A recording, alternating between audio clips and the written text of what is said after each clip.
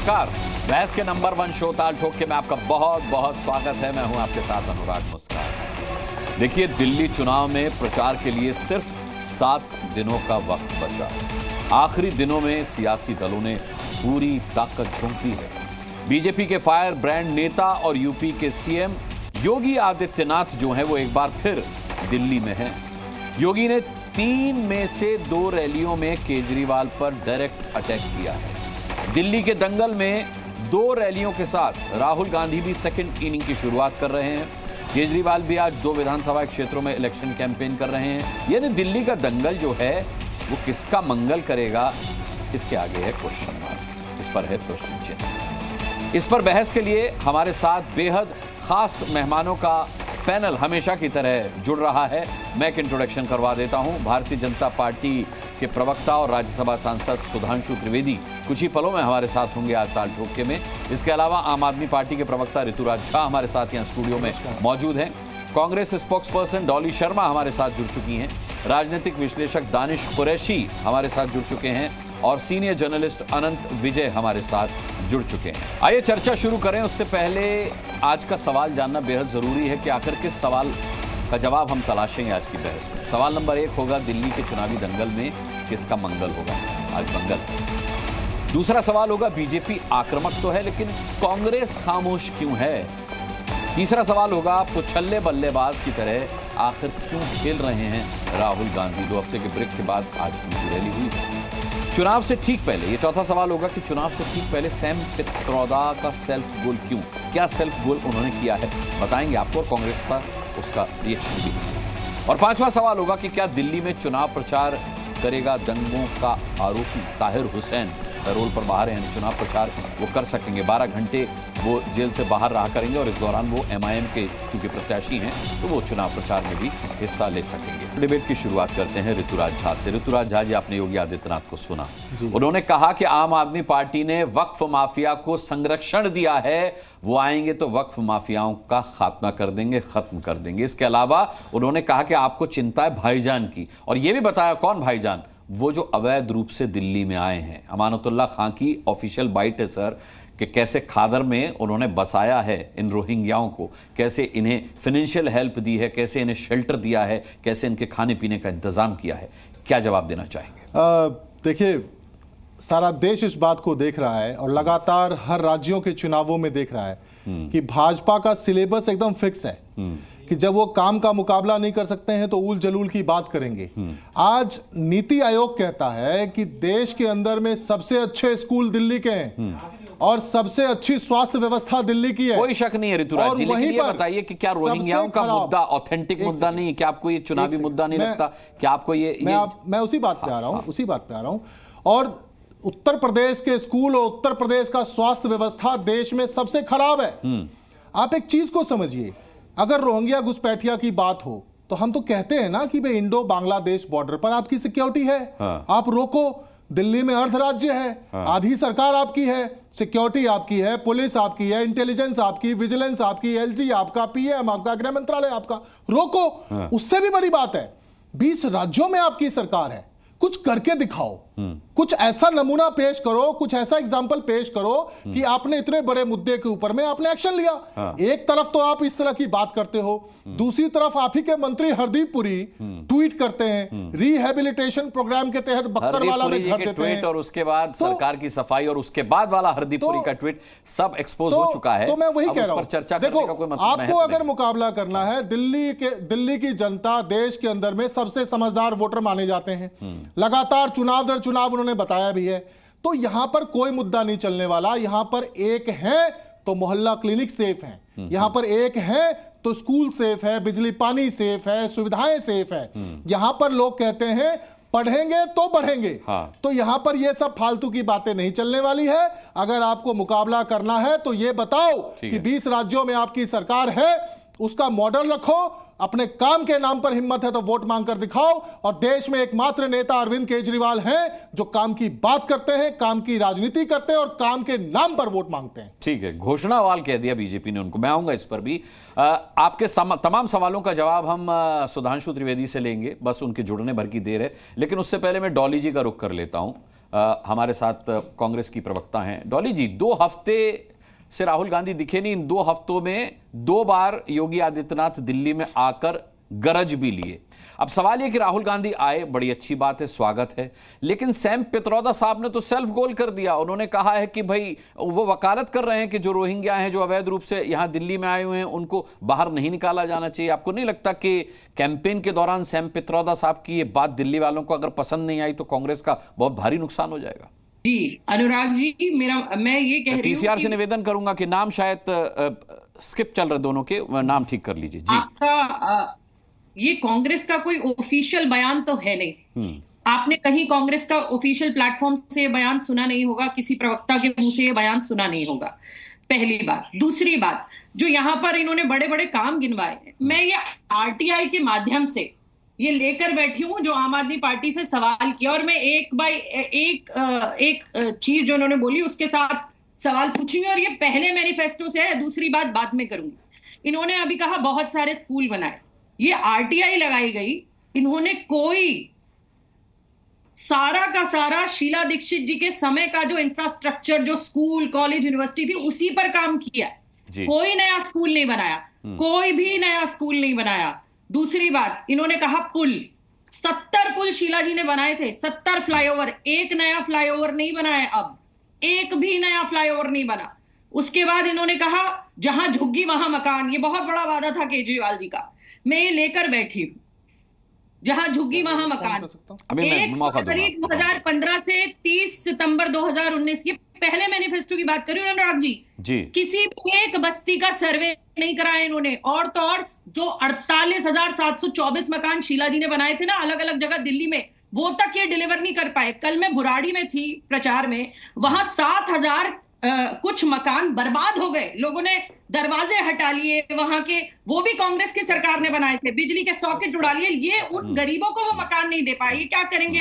केजरीवाल जी कहते थे यमुना की सफाई, यमुना की सफाई, अब ये कहते हैं अब मैं राजनीति। ठीक है डॉली जी, सैम पित्रोदा साहब के बयान से आपने पल्ला झाड़ लिया ये कहकर कि ये कोई पार्टी का ऑफिशियल बयान नहीं है, और आप केजरीवाल जी के कामकाज पर सवाल उठा रही हैं। आपके तमाम सवाल मैं ऋतुराज से पूछूंगा, लेकिन उससे पहले ऋतुराज जी, आपके सवालों का जवाब सुधांशु जी से लेना बहुत जरूरी है। पहले आपके सुनिए पहले आपके सवाल का जवाब सुधांशु जी से ले लूं, फिर डॉली जी ने जो सवाल पूछे उनका जवाब आपसे। सुधांशु जी मैं लाता हूं, सर मैं लाता हूं, सुधांशु जी को एक बार एंट्री करा दूं। सुधांशु जी, अभी आपके आने के हम लोग इंतजार कर रहे थे, उसी दौरान ऋतुराज जी ने कहा कि ये सब जो चीजें हैं, आप जो घोटाला घोषणावाल कह रहे हैं केजरीवाल को, आप जो उनकी योजनाओं को कह रहे हैं कि हम आए तो लागू रखेंगे, आप आम आदमी पार्टी की योजनाओं को थोड़ा सा फेरबदल के साथ अपने संकल्प पत्र में शामिल कर रहे हैं, इसकी जरूरत आपको इसलिए पड़ी क्योंकि आप सिर्फ जुमलेबाज पार्टी हैं, वरना 20 राज्यों में आपकी सरकार है, आप 20 राज्यों का मॉडल पेश करके दिल्ली का चुनाव लड़ सकते थे, दिल्ली की विकास की बात करके। देखिए, हमारी केंद्र में जब सरकार बनी थी तब भी हमने गुजरात का मॉडल, मध्य प्रदेश का मॉडल, कर्नाटक का मॉडल सब करके दिखाया था। मैं सिर्फ एक उदाहरण देना चाहता हूं। उस समय जब हमारी केंद्र में सरकार नहीं थी, पूरे देश में भूजल का स्तर नीचे गया था, एक ही राज्य में भूजल का स्तर ऊपर उठा था, वो था गुजरात। कब की बात कर रहा हूं? बिफोर 2014। पूरे भारत में अगर किसानों को पहले साल 0 ऋण के ऊपर जीरो ब्याज पर ऋण देने की शुरुआत की थी तो सबसे पहले कर्नाटक की सरकार ने की थी। हमारी सरकार आने से पहले मध्य प्रदेश का जो एग्रीकल्चर में ग्रोथ थी वो 2% के आसपास थी, हमने 19% तक पहुंचाई। और फूड ग्रेन्स में सबसे बड़ा कंट्रीब्यूटर एक जमाने में सिर्फ पंजाबी हुआ करता था, पंजाब हरियाणा, अब मध्य प्रदेश बन के उभरा। हमने करके दिखाया। और केंद्र में सरकार आने के बाद हम बताना चाहते हैं, यह हमारे लिए कोई चुनाव से जुड़ा हुआ मुद्दा थोड़ी था। मोदी जी ने 15 अगस्त 2014 को कहा था जनधन योजना, उन्होंने घर घर शौचालय वाली बात, स्वच्छ भारत अभियान की बात तब कही थी, और वो हमने करके दिखाया है। 11 करोड़ घरों में शौचालय दिए हैं, नल से जल दिया है, और 4 करोड़ गरीब लोगों को आवास दिए हैं। ये पूरे देश में करके दिखाया, और उसके साथ साथ देश का खजाना भी बढ़ाया है, ये याद रखना चाहिए। फॉरेन एक्सचेंज रिजर्व आज $650 बिलियन है, जो ऑल टाइम हाई है। भारत 5वीं बड़ी अर्थव्यवस्था बना है, और फॉरेन डायरेक्ट इन्वेस्टमेंट भी इस समय ऑल टाइम हाई लेवल पे आया है। अगर इसके ठीक विपरीत देखें तो आम आदमी पार्टी की सरकार जब आई तो 2015-16 में दिल्ली सरप्लस अकाउंट का बजट था। 1.54% ऑफ द रेवेन्यू सरप्लस में थे, घटते घटते घटते घटते पिछले साल 0.3 पे आया और इस साल इतना जबरदस्त घाटे की संभावना दिख रही है कि इन्होंने नेशनल स्मॉल सेविंग फंड से 10,000 रुपए का कर्जा लेने का आवेदन दिया हुआ है। सोचने वाली बात है, दिल्ली की सरकार जहां पर की जो सदैव प्रॉफिट में रहती थी, जहां भारत के सबसे समृद्ध लोग रहते हैं, जहां पर टैक्स का कलेक्शन सबसे ज्यादा होता है, आदि से ज्यादा सुविधाएं और व्यवस्थाएं केंद्र सरकार देखती है, वो 10,000 करोड़ के घाटे में जा रही है। आप बताइए इनकी बात पे कौन भरोसा करे? रेवड़ियों की वजह से घाटा हुआ होगा। सुधांशु जी, ये घाटा रेवड़ियों की वजह से हुआ होगा, लेकिन बीजेपी ने भी तो कहा कि ये योजनाएं जारी रहेंगी अगर बीजेपी की सरकार आई, तो फिर आप आकर घाटा कैसे पूरा करेंगे? हाँ, मैं आगे का वाक्य पूरा कर रहा था, अभी आपने कह दिया तो मैं उसको और स्पष्ट कर देता हूं। यही अंतर है हमारी और इनकी सोच में। हम उतना काम करते, उतनी पांव पसारिए जितनी चादर होए। जब 2015 में प्रधानमंत्री जी ने किसान सम्मान निधि लागू की तो 6,000 रुपए। अब जब हमारी अर्थव्यवस्था 5वीं बड़ी हो गई 2024 में, कहा 12,000 देंगे। पहले कहा 10 लाख रुपए मुद्रा योजना, फिर कहा 20 लाख रुपए तक मुद्रा में देंगे। पहले हमने कहा आयुष्मान भारत 50 करोड़ लोगों के लिए, अब 70 से ऊपर सबके लिए। मगर ये तो अभी आपको बताया अनुराग जी, केजरीवाल जी का ऑन रिकॉर्ड बयान है कि हम इतना 10,000 इसमें, 5,000 इसमें, यानी 25,000 रुपए के आसपास का कह रहे हैं घाटा हो जाएगा अगर गलत बटन दबा दिया। मैं दर्शकों से कहता हूं ये कितना बड़ा झोला देते, जाके चेक करिए। दिल्ली का कुल बजट कितना है? 78,000 करोड़ रुपए का। और अगर ये कह रहे हैं कि 25,000 रुपए का सारे परिवारों को फायदा देंगे, दिल्ली में परिवार है 40 लाख, 40 लाख का अगर 25,000 से गुणा करें तो आता है 10 लाख करोड़ रुपए। मेरे भाई 78,000 करोड़ के बजट में से 10 लाख करोड़ रुपए का कहां से आप दे देंगे? इससे साफ समझ में आता है कि ये करने वाले कुछ नहीं है, केवल हल्ला मचाने वाले। जैसे महिलाओं के लिए जो देना था, अगर ये इनके मन में वास्तविकता में इच्छा थी तो चुनाव आचार संहिता लगने से पहले दे देना चाहिए था। जैसे महाराष्ट्र में हमने 3 किस्तें दे दी थी चुनाव आचार संहिता लगने से पहले, मध्य प्रदेश में चुनाव आचार संहिता लगने से पहले हमने दे दी थी, मगर इन्होंने नहीं किया। इससे साफ समझ में आता है इन्हें करना नहीं है, ढपोर शंख की तरह सिर्फ आवाज निकालनी है। ठीक है, घाटे में चल रहे हैं ऋतुराज झा, लेकिन जब जब केजरीवाल से पूछा जाता है कि रेवड़ियों के लिए पैसा कहां से आएगा तो वो कहते हैं पैसे की कोई कमी नहीं है, सोर्स नहीं बताते कहां से आएगा। दूसरी बात ये, आपने कहा भारतीय जनता पार्टी को 20 राज्यों के अपने मॉडल पर चुनाव लड़ना चाहिए था। दिल्ली के अंदर क्या आम आदमी पार्टी का अपना मॉडल फेल हो गया, जो आपको अखिलेश यादव की जरूरत पड़ रही है, जो आपको शत्रुघ्न सिन्हा की जरूरत पड़ रही है चुनाव प्रचार के लिए? देखिए, 1 मिनट का समय देता हूं आपको इस जवाब के लिए जी, क्योंकि देखिए दोनों कांग्रेस और बीजेपी दोनों का जवाब देना है, तो थोड़ा सा मुझे एक एक्स्ट्रा समय दीजिए। देखिए, मैं एक चीज कहना चाहता हूं, दिल्ली में 2 तरह का मॉडल है लोगों के सामने। प्रधानमंत्री नरेंद्र मोदी जी ने आज से 5 साल पहले रामलीला मैदान में पूरी रैली करके 1750 कच्ची कॉलोनी के लोगों को बुलाया और कहा कि 50 लाख से ज्यादा पूर्वांचल के लोग जो कच्ची कॉलोनियों में रहते हैं, उनको जो है सो पीएम उदय योजना के तहत पक्की रजिस्ट्री दी जाएगी, उनकी कॉलोनी को पक्की की जाएगी। 5 साल हो गए, 5 लोगों को भी पक्की रजिस्ट्री नहीं मिली। इन्होंने कहा कि जहां झुग्गी वहां मकान, जहां झुग्गी वहां मकान। 2022 तक सबको जो है 4 लाख परिवार जो झुग्गी वाले हैं उनको पक्का मकान दे दिया जाएगा। किसी को कुछ नहीं मिला, ऊंट के मुंह में जीरा। इन्होंने कहा राजस्थान में कि 500 रुपए में सिलेंडर मिलेगा, नहीं मिला। इन्होंने कहा उड़ीसा में 300 यूनिट बिजली मिलेगा, नहीं मिला। इन्होंने कहा कि 2 करोड़ नौजवानों को रोजगार मिलेगा, नहीं मिला। इन्होंने कहा 15-15 लाख मिलेगा, नहीं मिला। एक तरफ कहा, इसीलिए तो 26 साल से दिल्ली में ये तो है नहीं। एक सेकंड सुन लीजिए, इन्होंने बजट की बात आपने क्या कहा और आपने क्या किया उस पर एक सेकंड सुन लीजिए थोड़ा, 1 मिनट हमारी बात भी सुन लीजिए। अच्छा चलिए, इन्होंने आपका 1 मिनट खत्म हो चुका है। इनका 20 राज्यों में सरकार है, मुझे एक स्टेट बता दो जहां 24 घंटे बिजली आती हो, और वो स्टेट 3.5 लाख करोड़ के घाटे में है। प्रधानमंत्री जी को एक स्कूल में फोटो खिंचवाना था गुजरात में, जहां 30 साल से इनकी सरकार है। आपको पता है टेंट में एक स्कूल जो है सो मॉडल बनाया गया, जिसमें प्रधानमंत्री जी को फोटो खिंचवाना पड़ा। सारा देश ने देखा, सारी मीडिया ने देखा। अभी हमारी बहन वहां पर बैठ करके कह रही थी स्कूल। मैं बताना चाहता हूं कि हम कोई स्कूल नहीं है, एग्जैक्टली कोई नया फ्लाईओवर, बिजली फ्री दे करके, पानी फ्री दे करके, शिक्षा, स्वास्थ्य सब बेहतर करके भी हमारा घाटा, हमारा जो दिल्ली का बजट है 10 साल से फायदे में है। और एक IIT मुख्यमंत्री सबसे ज्यादा, मैं बता रहा हूं, आपकी बहन नया फ्लाईओवर पूछ रही थी। नया फ्लाईओवर भी बताऊंगा। दिल्ली के अंदर में 200 किलोमीटर का मेट्रो लाइन था, 450 किलोमीटर हो गया, ठीक है। 10,000 किलोमीटर के नए रोड्स बनाए गए, 38 नए फ्लाईओवर्स बनाए गए, 5,000 से 770 यानी कि लगभग 2,500 बसेस नहीं खरीदी गई। इसके साथ साथ 6,800 किलोमीटर का सीवर लाइन बिछाया गया। अब 1 मिनट का समय दे दो प्लीज। इन्होंने कहा कोई स्कूल नहीं बनाया। मैंने आपको बहुत पहले दे दिया, 1 मिनट का समय। आपको पता है दिल्ली के स्कूलों की हालत भी पहले, दिल्ली के स्कूलों की हालत भी नोएडा और गाजियाबाद और उत्तर प्रदेश, राजस्थान और हरियाणा जैसे था। आज नीति आयोग कहता है कि दिल्ली के स्कूल सबसे अच्छे हैं। मैं चैलेंज करता हूं कांग्रेस के प्रवक्ता को, आज वो कसम खाएं कि ये नए स्कूल्स का मैं नाम बता रहा हूं, जी न्यूज का मीडिया भी होगा, रिपोर्टर भी होगा, कैमरा भी होगा, चले कल ही चले सुबह, और देश के सामने में दूध का दूध पानी का पानी हो जाएगा।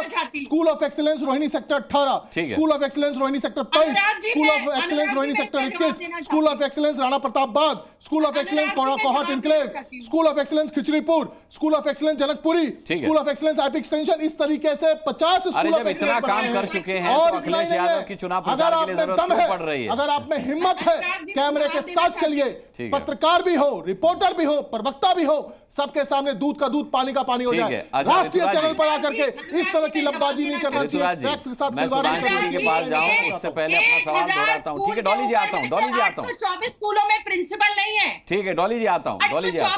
ऋतुराज जी, जब इतना काम आप कर चुके हैं तो फिर अखिलेश यादव की क्यों जरूरत पड़ी, क्यों शत्रुघ्न सिन्हा की जरूरत पड़ी? आपको अखिलेश यादव जी का ट्रैक रिकॉर्ड पता है ना, जब मायावती के साथ लड़ते हैं तो मायावती की लुटिया डूब जाती है, जब कांग्रेस के साथ लड़ते हैं तो कांग्रेस की लुटिया डूब देते हैं। अब आपके लिए वोट मांगेंगे अरविंद केजरीवाल जी। मैंने कहा कि एकमात्र नेता है इस देश में जो काम की बात करते हैं, काम की राजनीति करते हैं, अच्छे स्कूल बनाते हैं, अच्छे अस्पताल बनाते हैं। हमारे स्कूल को देखने के लिए मेलानिया ट्रंप आती है, आप बना लो, आपको देखने के लिए डोनाल्ड ट्रंप आ जाएंगे। लेकिन सवाल ये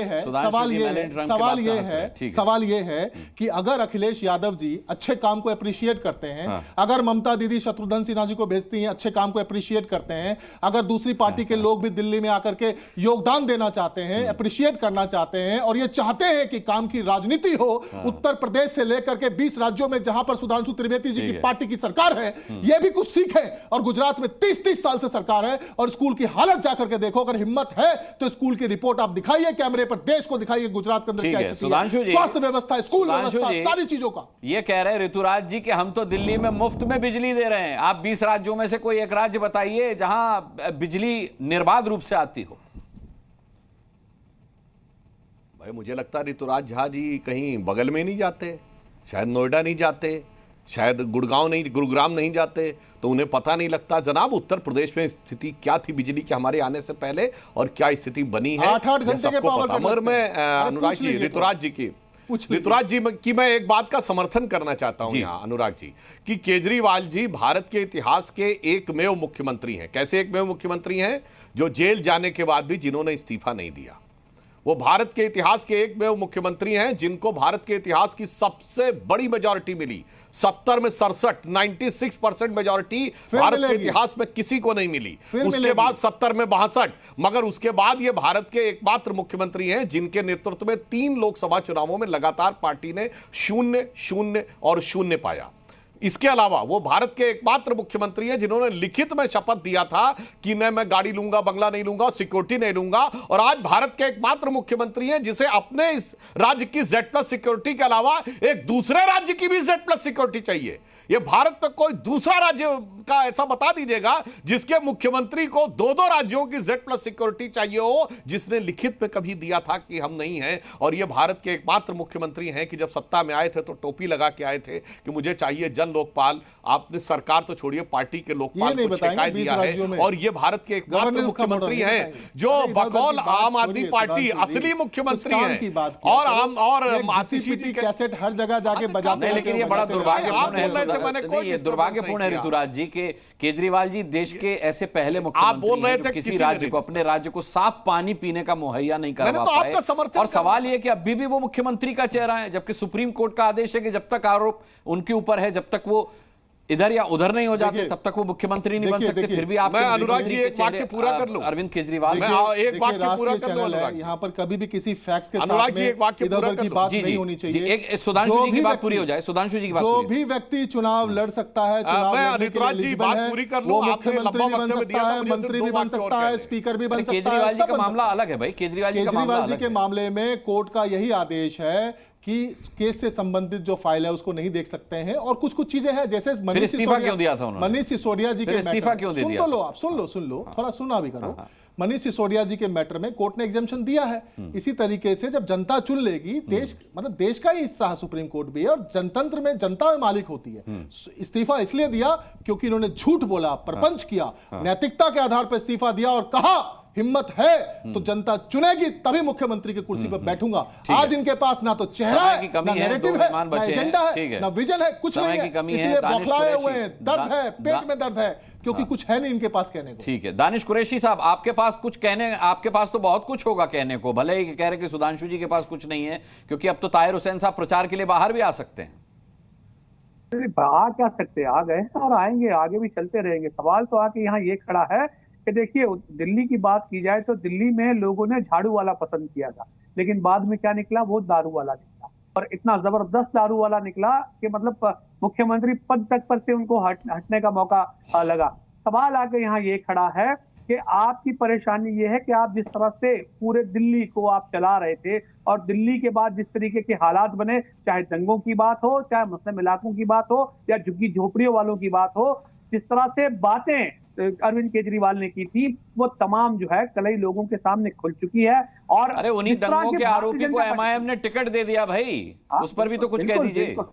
बिल्कुल, हम तो ये कह रहे हैं, अगर दंगे का आरोपी अगर प्रदेश का मुख्यमंत्री होता तो मैं आपको जिम्मेदारी से कह रहा हूँ, फसादियों को तो आपको बुलाना भी नहीं चाहिए डिबेट में। देखिए, अगर मैं ये कहूँ कि दारू वाले को नहीं बुलाना चाहिए, मुसलमान तो नाराज होएगा, शराब से नफरत करता है, पाबंदी है, तो फिर क्या इनका क्या रह जाएगा। सवाल ये नहीं है, सवाल ये है कि आप राजघाट पे गए थे, उसके बजाय प्रधानमंत्री जी के पास जाते कि प्रदेश की जिम्मेदारी आपकी थी, पुलिस आपकी थी, उसके मुख्यमंत्री का चेहरा मिल गया है, उसको डिक्लेयर कर दीजिए। किसके लिए? आप ओवैसी साहब के लिए कह रहे हैं? अच्छा, असदुद्दीन ओवैसी एमआईएम से, भारतीय जनता पार्टी से नहीं, आप कितना भी कह लीजिए वो टीम ही है, कई सिनेमा के। सुनिए, देखिए, मुझे तो इतना पता है कि कबाब खाने के लिए तो अरविंद जी उन्हीं के घर जाते थे जिनसे आज आपको नफरत है। तो आपकी नफरत अपनी जगह पे ठीक है, आपकी सियासत है। अनंत विजय जी, चलिए समय की कमी है, अनंत विजय जी का भी रुख कर लेता हूं। अनंत विजय जी, सवाल यह है कि 7 दिन बचे हैं, कौन कितने पानी में है दिल्ली में?